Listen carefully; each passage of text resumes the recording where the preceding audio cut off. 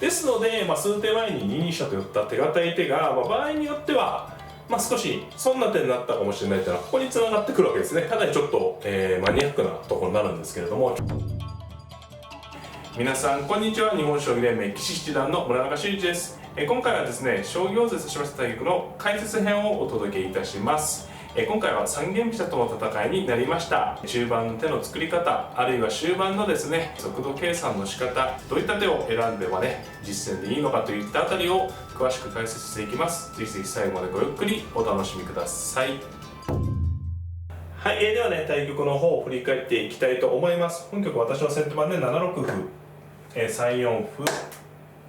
2六歩、4四歩、4八銀、4二銀、6八玉、5四歩、5六歩、ここでね5三銀と、6二銀と上がるような手ですとね、居飛車の将棋も考えられたところでした。実戦は5三銀と上がりまして、5七銀に3二飛車と、これでね三間飛車が確定しました。2五歩、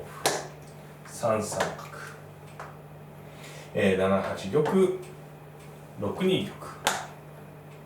そして、7七角と、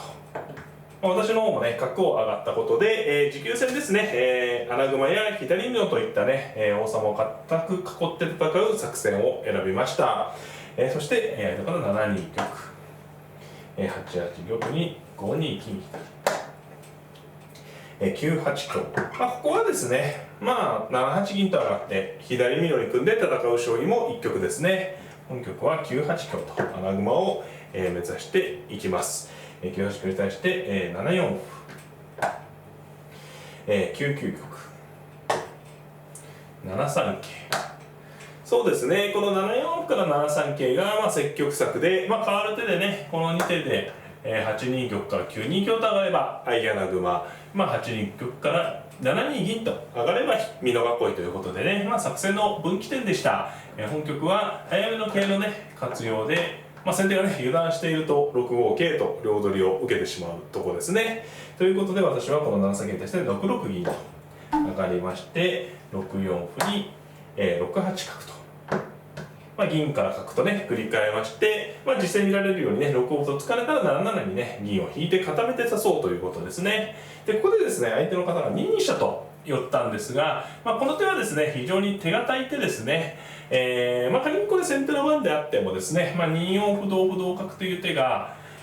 成立するかどうかは微妙なところですね。というのも2二飛車、ここで2二飛車というのは手筋でして、3三角成ですとね2八飛車成がありますし、部分的には2五歩と打つんですけれども、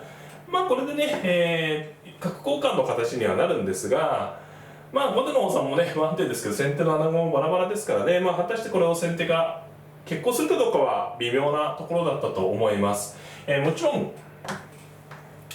実際に見られるここで2二飛車ということで、2四歩と突かれる手はねもちろん同歩で消えたんですが、この後ね、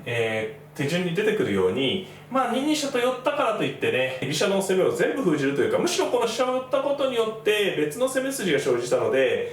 この2二飛車ね厳密に言うとちょっと手堅すぎたかもしれないですね。3二飛車のままで居飛車から2五歩と仕掛けられないのであれば、この形のままね、例えば8一玉から玉を頑張ってですね囲い切って、飛車を3人のまま戦うという方法もあったかなと思います。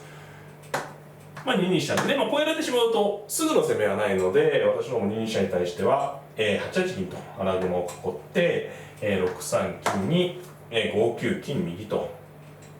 寄りましてね。でここでね8一玉というのが相手の方のね作戦ですね。王様を寄って銀上がれば昔からある振り飛車に戻るんですが、近年ね、プロの公式戦でも増えてきた囲い方ですね。7三桂から8一玉と深く囲うということですね。で私の方はここで、3六歩とついたんですね。でここからがですね私が2二飛車と、後手が寄ってきた手を咎める動きになってきます。無難に指すなら7九金で、別にこの手も自然な手でしてね、7二金に6九金右、これでも穴熊側に不満があるわけではないですね。居飛車側に不満があるわけではなくて、一局の将棋なんですけれども、実実際ねこの2二飛車と早く寄った手によって先ほど触れたんですけれどもね、後手にちょっとした隙が生まれてるんですよね。そこを狙っていくということで3六とつきました。でね、この3六に対してはね、まだ金銀バラバラですから7二金は実戦曲がってこうやっておきたいんですけれども、これに対してねすかさず3五歩とうがいていくのが3六歩からのね継続手でして、もちろんこれは同歩と取るしかないんですけれどもね、振り飛車側はこれで3八飛車と取ります。でですね、この時にですね2二飛車と寄った手が形がね少しこう隙が生じてるといったところですね。これね飛車が3人いますと角の飛車がいるわけですから、ちょっとこの攻めねもちろんこれでもあるんですけれども若干やりづらい手になるわけですね。例えば具体的に言いますとね、極端に1五角とこう端に飛び出して、これね3五飛車と出ると飛車交換になりますよね。飛車交換になって例えば3九飛車と打たれるとかね、これですとね穴熊が未完成ですから、こう飛車がね飛車交換で決戦になってしまうのは先手としては不本意なんですよね。ですので3二飛車型に対してはねこの3五歩同歩3八飛車という角頭を狙う動きってのはちょっとやりにくいんですけれども、先ほどね飛車をね2二飛車と相手方が寄ったことによって生じた攻め筋なんですね。ですので、数手前に2二飛車と寄った手堅い手が、場合によっては少し損な手になったかもしれないというのはここに繋がってくるわけですね。かなりちょっと、マニアックなところになるんですけれども、ちょっとした差がねこう攻め味を変えてくるのでね、逆に言うと、3人に飛車がいない時、例えば4二にいる5二にいるという時に、5三銀型の振り飛車に対しては3五歩同歩3八飛車という手順が効果的になることが多いので、ぜひぜひね、積極的に居飛車側を持った時は狙ってみたい筋だと思います。でですね、3八飛車に対して6五歩と、後手を反発しまして7七銀引くに、ここで7五歩とついたんですね。これは、ちょっとね、勝負的にというかね、少し早めの歩で、ただね、この3五飛車という形は結構理想形になるんですよね。例えば6四銀と単純に出るだけだと3五飛車と走られて、すぐにこうというわけではないんですけれども、この形がね結構振り飛車にとっては辛いんですよね。一方的にいつでも切る七駒である上に、この飛車を追えないんですよね。ここに銀がいれば歩で追えたりするんですけれどもね、これ角が釘付けで、ここの歩も突きにくいですよね。同飛車とか取られてしまうので、やはりこの形がね指してみると分かるんですけど、こう見た目以上に振り飛車側がさばきにくくなってしまうので、無条件でこう3五飛車の形を作られたくない。でですね、ちょっと気になるのが2四歩のようなね反発ですよね。飛車が2筋からいなくなったらこれどうなるんだっていうのはね、これはあるんですけど、これに対してはね3五飛車と走りまして2五歩に3七桂とね、これがねもう絶好の活用で、ぜひこの手順を覚えていただきたいんですけれども、2筋こう歩取られちゃったんですけどね、桂馬飛ぶとこれ次に2五飛車とか2五桂とかがね絶好の一手になるんですよね。これもう分かっていても、例えば歩を突けば、どちらもありますけどね、桂馬ピョンと飛んでもこれはね角が逃げると飛車が流れちゃうので、先手絶好調ですね。この手さえ知っておけば、2四歩の反発がないので、この3五歩同歩ね3八飛車をねなんていうんですかね、不安なく決行できると思いますね。で実際は7五歩はこれはですね後手側の振り飛車側の立場から言いますと8一玉という形を生かしてるんですね。これ美濃囲いですとこういう形なので、実際でもそうなんですけど、同歩となった形がね、囲いに近くて、傷になりやすいんですよね。王様がこう一路ですけどね、一段ですけどこう低く構えることで、この突き捨てはやりやすい点にはなっていますね。とはいえね、やはり玉の近くの歩なのでね、全く傷にならないかというと、ちょっとリスクの高い手で、実際ねこれを咎めるような手がこの後ね、飛車側に生じました。で7五歩同歩に、4五歩とね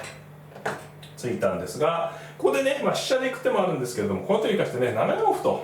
もちろん3五飛車でも、飛車が十分だと思うんですが、7四歩とつく手が絶好の一手でしたね。桂馬が逃げますと8六銀、あるいは7六銀と上がってね、この桂馬が狙われちゃうんですよね。7四金なら8六歩というような感じでね、もうこれは桂馬が飛んでもすぐ取られちゃうんでね、うまくいきません。ですので実戦はね7四歩に同金と取ったのですが、こうね形を乱してから3五にね角が飛び出したのがね、これが絶好の活用で、早くもね先手優勢な、感じですね。銀取りでしてね、銀を4四銀と上に上がりますと3四歩というのが通打で、角を取りますと角を取られて飛車銀両取りのね形がぴったり決まってね、角逃げればもちろん銀取られちゃいますし、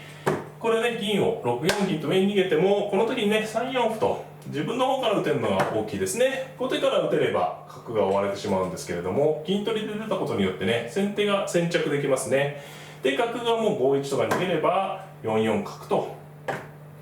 どうですかね、これは、このところの金銀の厚みはありますけれども、飛車先がねもう破れてしまいそう、1二飛車なら、3三歩成という感じで自然にね、居飛車が、優勢になっていきます。ということでですね、ここで伊藤が実戦ね長考されたんですけれども、単純にね、普通の手ではちょっと追っつかないということで、勝負手ですね、7七歩成、これは相手方が強いからね、選ばれた手だと思いますね。普通はこうね切ってしまったら角銀交換で大損でね、こういう手はやらない方がいいんですけれども、局面がもうちょっとかなり、振り飛車苦しいので非常手段ということですね。でこれは同銀なんですが、これで3二飛車とやりましてね、単にね当然ですけれども、ちょっとこれ補足説明になりますが、単に3二飛車と寄るとねこう銀取られてしまって、今度は7七角成の時にね王手じゃないので飛車取られちゃうんですよね。ですのでしょうがないので先に角を叩き切ってね同銀に飛車を寄ったと。手順からね今解説させていただいてもかなり非常手段というのがお伝えできるかなと思います。ここでね8八銀とか、引いとく手もあったと思いますが、私としてはねこの金を咎めて4一角と。やはり浮き駒というのはねこの5三の銀も角で狙われましたし、今はこのね7四の金も角で狙われると、将棋でやっぱりこう、離れている駒というのはね、狙いどころになるわけですね。これ両取りなのでもうしょうがないですね。もう勢いで3五飛車と切ったと。で同飛車。ただね私の方も、穴熊がねここまでくっついてこうなってる穴熊とねやはり金がちょっと離れてるので、万全の形ではないのでね、この瞬間はちょっと気持ち悪いところですね。というのもこれ先手の番で7四角成と金取ると大きいんですけど、こう取っても王様がね遠いのですぐにね後手の王様を詰むというわけではないので、この金を取る以上の厳しい攻めが、振り飛車側にあれば、形勢もね混沌としてくるというところですね。で実際ね8五桂と飛んだんですけれども、ここがおそらく最後の勝負どころだったかなと思います。一番嫌な手はね、7六歩と打たれる方が嫌でしたね。これ金取りますとね7七歩成で同桂に7六歩と打たれて、これで4四角の筋ありますから、いっぺんに形勢が怪しいというかね、もう逆転しててもおかしくないです。ですので7四歩にはね銀を引くんですけど、これでちょっと露骨でねやりにくいんですけど、7七銀と打ち込んで、こういう手の方がね、嫌でしたね。形勢はおそらく先手がいいんですけれども、同桂同歩成同銀に、4四角と打ってね、これも冷静に8八銀割った時にはね8八銀打ちとか打てば、先手が甘しとそうですけれどもね、ただ8五桂やらね、攻めがまだありますから、こちらの方がおそらく良かったかなと思います。実戦は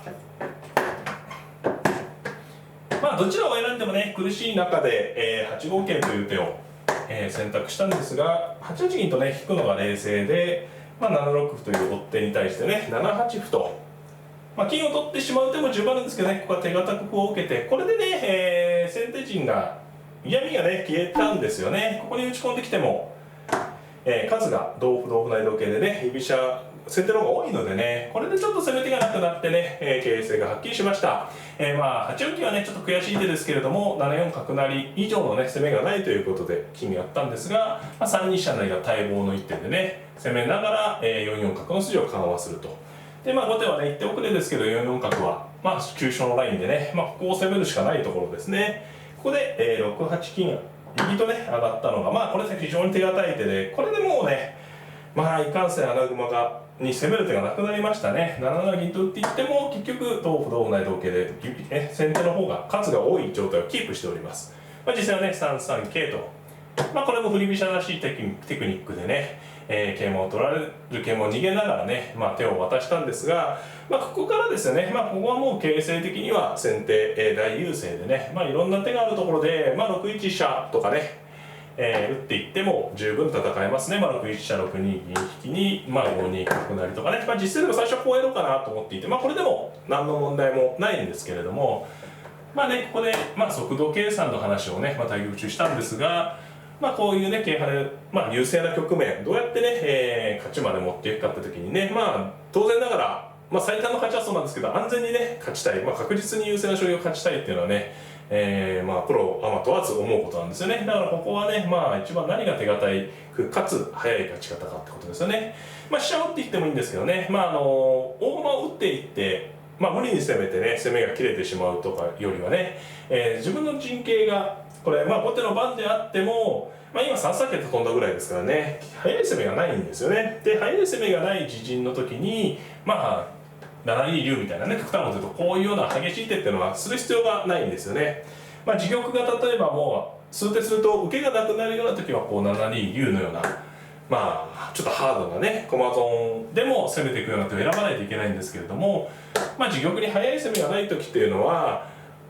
大駒をね切っていって攻めていくっていうのは逆転のもとなんですよね。なので実際はね3四歩と、これはでもちょっとね皆様に分かりやすい例として実際は指しましたけど、この手が最善かどうかっていうと微妙なんですけれども、こういう手でもねちゃんと距離感さえつかめれば間に合うよってことですよね。これ後手の番で23手連続で指されるとしても先手の王様は寄らないというね保証があれば1手2手3手ね、実戦指し間に合ったわけなんですけれども、その手が確実な勝ち方だということですね。実際にこれはね後手の方もねしょうがないですね。こう形勢が離れていて、歩成からの攻めが分かっていても、先手の王様にね速い攻めがないので、実際9四歩と、でもそんな中でもこれが一番極端なし速い手だと思います。他の攻め方はちょっとね銀打ち込んじゃっても簡単に切れちゃうんでね。とはいえ今回はねちょっと駒不足でね、この手では間に合わなかったですけどね、実際3三歩成と取りまして、9五歩に、4三ととね、シンプルに攻め合いですね。先手の端攻め来る一歩手前にこう角が外せますので、実際しょうがないですね。8八角成と切ったんですが、同玉と取りまして、9六歩と、しょうがないですね。後手の方は選択肢がないです。同歩9七歩とね、必死の端攻めですけれども、同香同桂成同桂でね、自然に応対しまして、はっきり、先手ね、勝勢ですね。角が4一の角がねちょっとおまけですけど、ここに効いてるんですね。こうね、ですので9六香と走る手すらできないのでね、実戦は9二香打ちと打ったんですけれどもね、ここからは収束ですね。5三と、ここもそうですね、対局中も言ったんですけれども、9六香と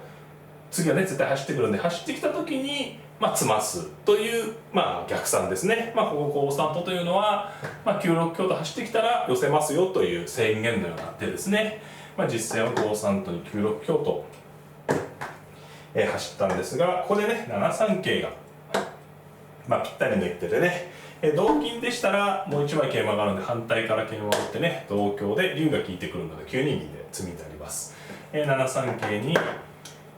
9二玉ですとね、詰まなくても極端思考9六角のような手が生じてしまうのでね、8二玉はしょうがないんですけれども、ここで8一飛車と王手をしまして、やはり8二歩とねこの香車取られてしまうのでね、勝負どころがなくなるということで7三玉と上がったんですけれども、今度は6三とでね、これで詰みはっきりね分かりやすい詰みになりました。王様が上がりますと、8六桂と、金取っても詰みなんですけどね、これが一番分かりやすいですね。桂馬が効いてますので上がる一手で角を打てば3手詰めですね。実戦は6三とに、同金と、取ったんですが、7一飛車成と銀を取ったところでね、相手の方の、投了と、なりました。以下はね合駒は竜が効いてますから王様上がるのが逃げるしかないんですけれども、いろんな詰みがありますが6三角成とバサッと取ってしまって、同玉に6二竜右とやればね即詰みということで投了もやむを得ません。はい、いかがだったでしょうか。今回はですね将棋王座で指しました対局の解説編をお届けいたしました。三間飛車対飛車成馬、中盤のですね駒組みのちょっとした隙をついてね、ポイントを稼いでいく仕掛けとかですね、終盤の速度争い、速度計算の仕方、どういった攻めを選ぶのが着実な勝ちにつながるのかといったあたりをぜひぜひね皆様の実践の参考にしていただければなと思っております。